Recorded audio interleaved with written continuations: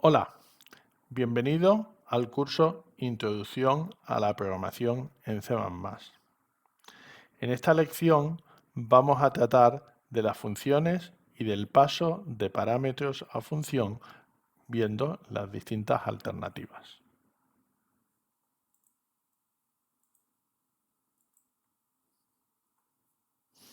Vamos a comenzar la lección hablando de declaraciones de función. Luego hablaremos del retorno de valores de la función y a continuación hablaremos del paso de parámetros y del caso particular de las funciones con Sesper. Dejaremos para un vídeo separado la definición de pruebas de las funciones. Comenzamos.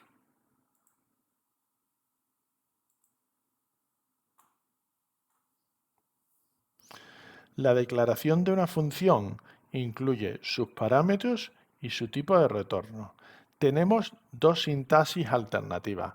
La más común y heredada de C comienza indicando el tipo de retorno de la función, el tipo del valor devuelto, luego vendrá el nombre de la función y luego la lista de parámetros entre paréntesis y separadas por coma. Para cada parámetro se indica su tipo y su nombre. Otra manera de declarar una función es con la sintaxis sufija. Esta sintaxis empieza siempre con la palabra reservada auto en el lugar donde iría el tipo de retorno. Se escribe el nombre de la función y luego los parámetros. Cuando terminan los parámetros y se cierra el paréntesis correspondiente, escribimos una flecha con el símbolo menos y el símbolo mayor que, y a continuación el tipo de retorno. Normalmente en código C++ veréis que es mucho más común utilizar la primera opción que la segunda, excepto en algunos casos particulares de programación genérica.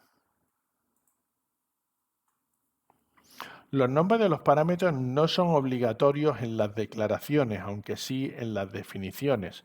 Para la declaración es suficiente con indicar el tipo de cada parámetro y el compilador deducirá el número de parámetros. Para la definición sí, porque si no, no habría manera de referirnos a los parámetros dentro del cuerpo de la función. Un caso particular del tipo de retorno es el tipo de retorno void. Utilizamos el tipo de retorno void cuando una función como imprime no tiene ningún valor que devolver. Bien, entremos en algún detalle ahora sobre el retorno de valores. Para devolver un valor se utiliza la palabra reservada return, que devuelve un valor al llamante.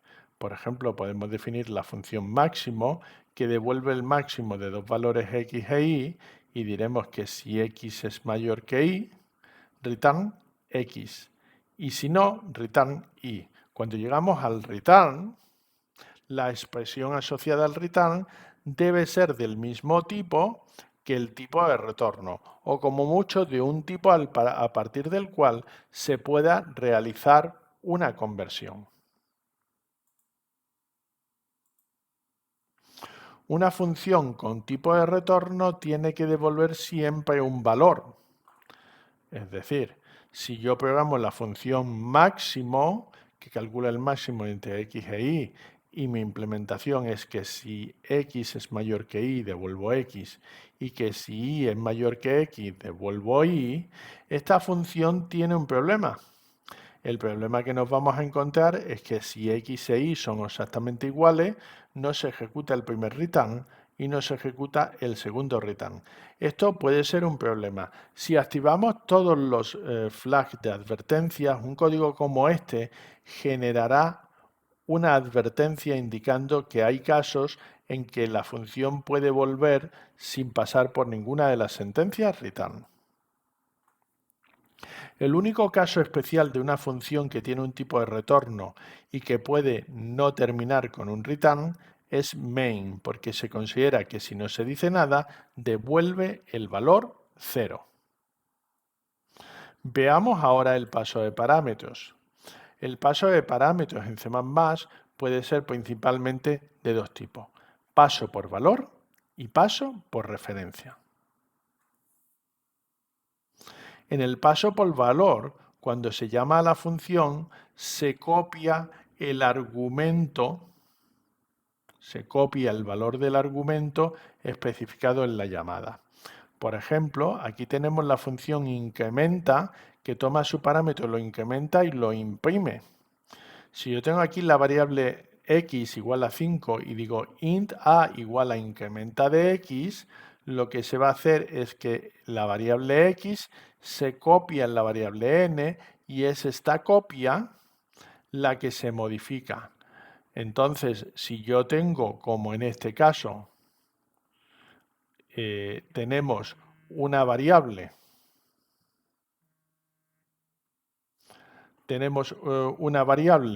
que se copia y luego la vuelvo a copiar, el resultado que tendré será que ambas veces se imprimirá el número 6. Se pueden pasar literales y temporales como argumentos. Es decir, cuando una función toma un parámetro por valor, no hace falta que el parámetro sea una variable como x, el parámetro también puede ser un literal como 3 o una expresión temporal como a más 2. El otro tipo de paso de parámetros que tenemos en C++ es el paso por referencia. El paso por valor siempre realiza una copia, pero hay veces en que esto no es deseable. Si el objeto ocupa mucha memoria, pasar una copia implica que se perderá tiempo en realizar la copia de un objeto grande. Para esto podemos utilizar el paso por referencia constante. En el paso por referencia constante, lo que se pasa a la función es la dirección del objeto, pero el lenguaje se encarga de impedir su alteración dentro de la función. Conceptualmente es igual que el paso por valor y podemos ver el paso por referencia constante como un paso por valor que a veces puede ser más eficiente. Por ejemplo, tenemos aquí la función maxref que toma un vector, realmente toma un vector por referencia constante. Para que sea por referencia constante, anteponemos al tipo la palabra reservada const y entre el tipo y el nombre de la variable utilizamos el símbolo ampersand. Esto es una referencia constante. Y dentro pues se utiliza v, se mira su tamaño, si su tamaño es 0 se lanza una excepción, si no se coge el valor de v de 0 y a partir de aquí se va a ir buscando cuál es el valor máximo que es el que se desea devolver. Lo importante ahora es que si tengo un vector con 10 millones de elementos, por ejemplo, y hago maxref de vec, no se van a copiar los 10 millones de elementos, solo se va a pasar la dirección de memoria del vector y esto será un paso de parámetros bastante eficiente. Por último, podemos también utilizar el paso por referencia no constante o simplemente paso por referencia. En este caso, eliminamos la restricción de que no se pueda modificar el parámetro dentro de la función, de manera que pasamos una referencia o la dirección de memoria del objeto y este objeto puede alterarse dentro de la función. Por ejemplo, aquí tengo la función rellena que toma un vector y un número n y desde que i vale 0 hasta n va haciendo pushback y añadiendo elementos al vector. ¿Vale? En este caso no estamos pasando una copia. Se tiene acceso al propio objeto que se puede modificar y se queda modificado. Aquí tenemos otro ejemplo, la función incrementa que toma un entero por referencia.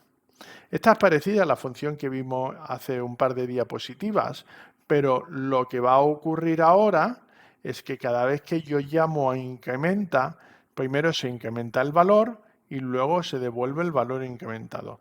De esta manera, cuando x vale 5 y digo incrementa de x, a valdrá 6, pero x después de ejecutar esta línea también vale 6. Y cuando digo incrementa de x, vamos a devolver 7 y al final de este trozo de código x también vale 7.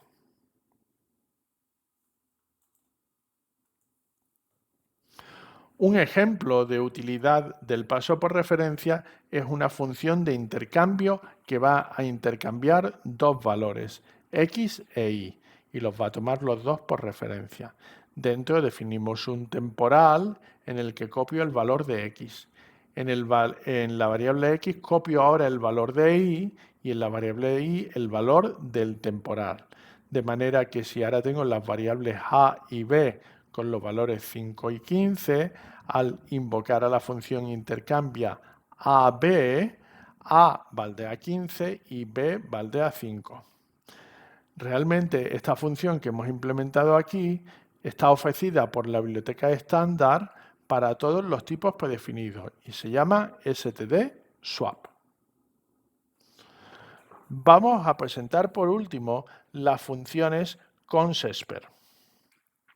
Una función consesper o función de expresión constante se puede utilizar para evaluar expresiones en tiempo de compilación.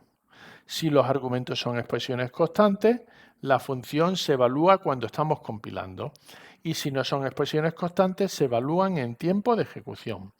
Por ejemplo, puedo definir la función eleva, que es una función de potenciación para exponentes enteros y bases enteras, que va multiplicando varias veces la base por sí misma. Si yo escribo en mi código eleva 2,3, justo cuando estamos compilando se va a calcular que el resultado de esta expresión es 8 y la variable x se inicializa directamente a 8. Sin embargo, cuando haga eleva de a b, esto se invocará en tiempo de ejecución.